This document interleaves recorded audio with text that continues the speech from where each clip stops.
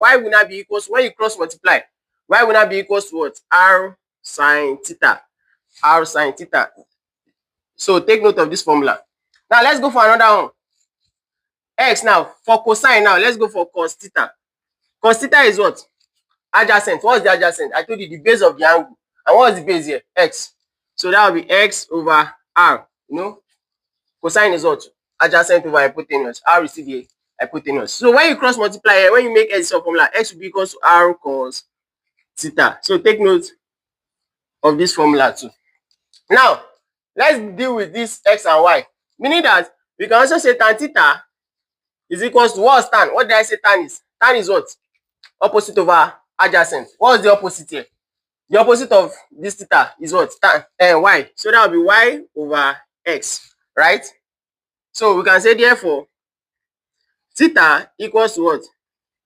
Tan inverse of y over x. Tan inverse of y over x. So these are the formulas you need to take note. So when you want to convert from Cartesian to polar coordinate, these are the things you will need. For x, if you are converting from Cartesian to polar. For r, that is r equals to square root of x square plus y square. And for theta is equals to what? Tan inverse of y over x. From polar to Cartesian means that we can also use what? X equals to what? R cos theta. Then we can also use y equals to what? R sine theta. But take note of something. Your theta must be expressed in what? In radian. Your theta must be expressed in what? In radian. So let's just solve one example. Let's be fast about it. One example. So the question says, example, convert 1, to polar coordinate.